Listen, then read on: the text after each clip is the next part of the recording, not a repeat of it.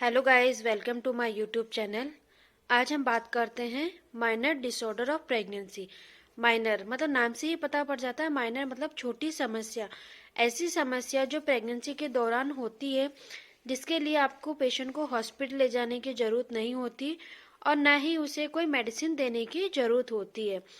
Pregnancy के कुछ महीने तक जो पेशेंट में जो लक्षण दिखाई देते हैं, उसे आप घरेलू उपचार से भी ठीक कर सकते हैं। जैसे हम बात करते हैं फर्स्ट मॉर्निंग सिकनेस की। मॉर्निंग सिकनेस मतलब नाम से ही पता पड़ रहा है, मॉर्निंग मतलब सुबह के समय। जब महिला सुबह उठती है बिस्तर से तो उन्हें जी घबराने लग जाता है, उन्हें चक्कर आने लग जाते हैं, उल्टी करने का मन होता है। कभी कभी पेशेंट सुबह उठते ही उल्टी कर देती है। तो यह शुरुआती 3 महीने तक रहता है। ये फर्स्ट ट्राइमेस्टर कहलाता है। फर्स्ट ट्राइमेस्टर का मतलब है कि 12 वीक का होता है, मतलब 1 महीने के अंदर 4 वीक रहते हैं। 3 मंथ के अकॉर्डिंग 12 सप्ताह की जो प्रेगनेंसी रहती है उसमें ये देखने को ज्यादा मिलता है। लेकिन जैसे जैसे चौथा महीना, 5वां महीना, 6ठा महीना स्टार्ट हो जाता है तो ये वॉमिटिंग, नोजिया का लेवल कम हो जाता है। मॉर्निंग सिकनेस होती क्यों है? तो जब ब्लड के अंदर बीटा एससीजी हार्मोन का लेवल बढ़ जाता है, मतलब इंक्रीज हो जाता है, तो उस कंडीशन में महिला को सुबह उठते ही मॉर्निंग सिकनेस फील होता है, मतलब नोजिया, वॉमिटिंग जैसा उसको लगता है। अब इस कंडीशन को आप होम के मतलब आपके घर में उसका उपचार कैसे कर सकते हो? तो उसके लिए आप क्या करोगे, जब महिला नींद से जगती है तो आप उसे बोलोगे कि बिस्तर पर ही कुछ देर तक लेटे रहे। उठने के बाद जब वो तरल पदार्थ जैसे चाय, दूध लेती है, उसके साथ में बिस्किट, ठोस का सेवन करे। पेशेंट को वॉमिटिंग हो रही है तो वॉमिटिंग के कारण उसके जो बॉडी के अंदर पानी की कमी हो जाएगी, जिसके कारण पेशेंट को डिहाइड्रेशन हो सकता है। तो आप उसे बोलोगे कि ग्लूकोज पानी पीते रहे, ज्यादा से ज्यादा पानी पीती रहे वो, और ऐसे पदार्थ नहीं खाए जो उसको डाइजेस्ट नहीं हो रहे। और अगर ज्यादा वॉमिटिंग होने पर डॉक्टर की सलाह के अकॉर्डिंग एंटी एमेटिक दवा वो ले सकती है। सेकेंड बात करते हैं हम हार्ट बर्न। ये भी एक प्रेगनेंसी का ही एक डिसऑर्डर है। आपने सुना होगा, प्रेग्नेंट लेडी हमेशा कहती है कि मेरे सीने में जलन हो रही है, या फिर कुछ भी खाओ तो उनको जलन लगती है, या स्पाइसी फूड खाने से या मिर्ची खाने से उनको जलन होती है।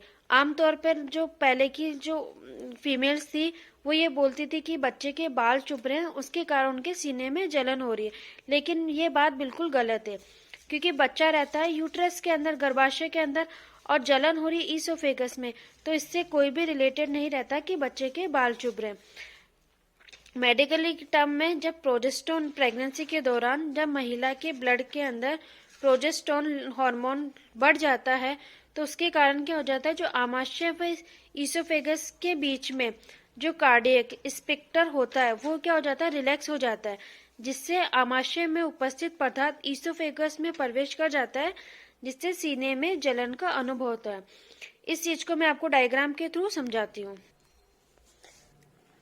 ये आपका ईसोफेगस है, इससे जुड़ा हुआ रहता है आपका स्टमक। तो इसे तो हम बोलेंगे स्टमक, और ये है आपका ईसोफेगस।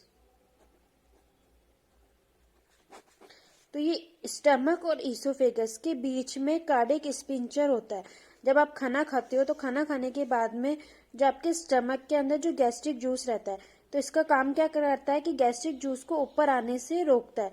लेकिन प्रेगनेंसी के अंदर क्या होता है, प्रेगनेंसी के अंदर प्रोजेस्टेरोन लेवल बढ़ जाने के कारण ये जो कार्डियक स्पिंचर रहता है ये रिलैक्स पोजीशन में हो जाता है, जिसके कारण महिला जब खाना खाती है या फिर नॉर्मली वो एम्प्टी स्टमक रहती है तो जो ये स्टमक के अंदर जो गैस्ट्रिक जूस है ये क्या करता है, कुछ मात्रा में ईसोफेगस में चला जाता है, और ईसोफेगस में जाने के बाद में चेस्ट के अंदर जलन उत्पन्न होने लग जाती है।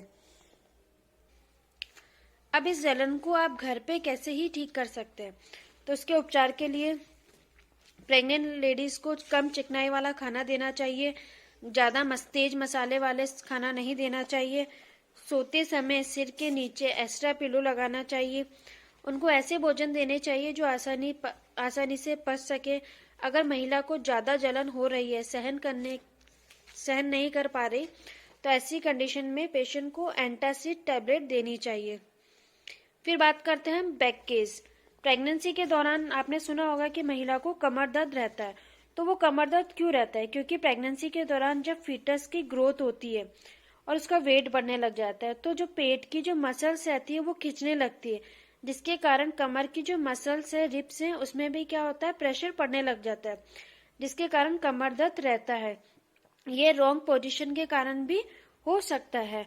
अगर किसी को कमर दर्द हो रहा है प्रेगनेंसी के दौरान, तो उसके आप क्या उपचार कर सकते हो? तो उसके लिए आपको पेशेंट को बोलना चाहिए कि आरामदायक स्थिति में लेटे। जैसे अगर वो बैठते हैं तो पीछे 2 पिलो लगाकर बैठे, भारी वजन नहीं उठाना चाहिए। और अगर किसी भी वस्तु को उठाने के लिए कमर को नहीं मोड़ना चाहिए, बल्कि घुटनों को मोड़कर बैठकर फिर वस्तु को उठाना चाहिए। और उसे एंटीनेटल एक्सरसाइज करनी चाहिए। ज्यादा बैक पेन होने पर वह बेल्ट का यूज कर सकती है। फिर बात करते हैं हम कॉन्स्टिपेशन। प्रेगनेंसी के अंदर कॉन्स्टिपेशन का भी एक मेन रोल है, क्योंकि प्रोजेस्टेरोन हार्मोन बढ़ने के कारण जो पेरास्टाल्टिक मूवमेंट होता है वो कम हो जाता है, जिसके कारण पेशेंट के यूट्रस पे दबाव बढ़ता है, जिसके कारण पेशेंट को कब्जी हो जाती है। कब्जी ठीक करने के लिए पेशेंट को फाइब्रस डाइट देनी चाहिए, हरी सब्जियां देनी चाहिए, फल देने चाहिए, गुनगुना पानी पिलाना चाहिए पेशेंट को।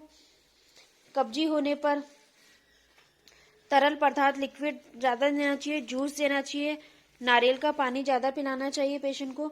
चाय और कॉफी कम से कम पीनी चाहिए। अब बात करते हैं वेरिकोस वेन की। तो वेरिकोस वेन क्या होता है? जब यूट्रस का साइज इंक्रीमेंट होता है, मतलब साइज जब बढ़ता है, तो उसके कारण जो वेन होती है उस पर प्रेशर पड़ता है, जिसके कारण ऑब्स्ट्रक्शन हो जाता है। ऑब्स्ट्रक्शन के कारण वेन जो होती है डायलेट मतलब फैल जाती है। ये कहाँ देखने को मिलती है? पैर पे, वल्वा पे व रेक्टम पे होती है। अब वेरिकोस वेन की ट्रीटमेंट कैसे करेंगे अगर किसी महिला को हो रही है? तो उसके लिए इसको आराम कराना चाहिए, उसको कम से कम खड़ा रहना चाहिए, मतलब लंबे समय तक उसको खड़ा नहीं रहना चाहिए।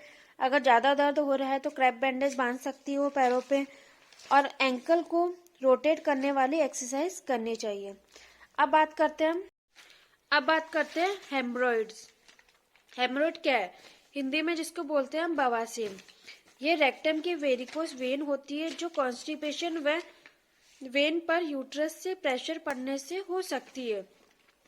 तो अगर किसी पर्सन को हेमरोइड हो गया है तो उसके लिए आप उसको फाइब्रस वाली डाइट देंगे, फल देंगे, हरी सब्जियां देंगे, गुनगुना पानी देंगे। कब्जी दूर करने के लिए उसको डुल्कोलेक्स टैबलेट दोगे आप उसको, और पेशेंट को गुनगुना पानी पीने के लिए बोलोगे, ज्यादा फ्लूइड लेने के लिए बोलोगे।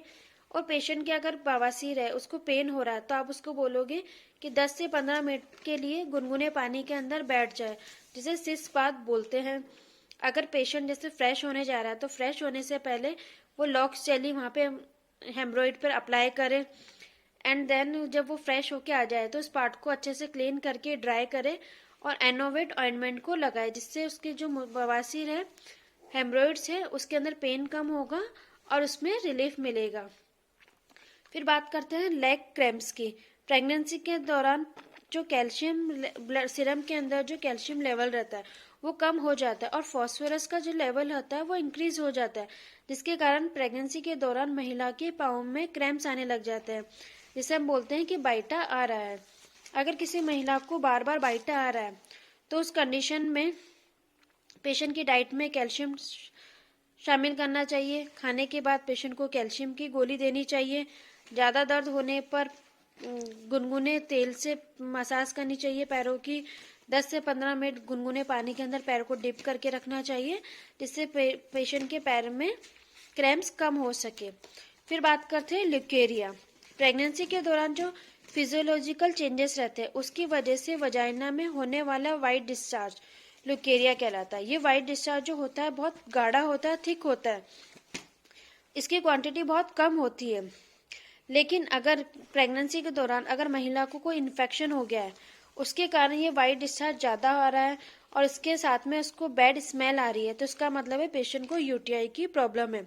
अगर किसी पेशेंट को ल्यूकेरिया हो रहा है तो उसके ट्रीटमेंट के लिए उसको क्या करना चाहिए? अपने वल्वा पार्ट को अच्छे से क्लीन करना चाहिए, वी वॉश से क्लीन करना चाहिए। सिंथेटिक या टाइट अंडरगार्मेंट्स नहीं पहनने चाहिए। कॉटन के अंडरगार्मेंट्स का यूज करना चाहिए।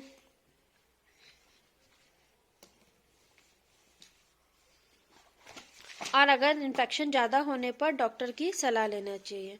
आपको मेरा वीडियो कैसा लगा? Please like and subscribe my channel. Thank you.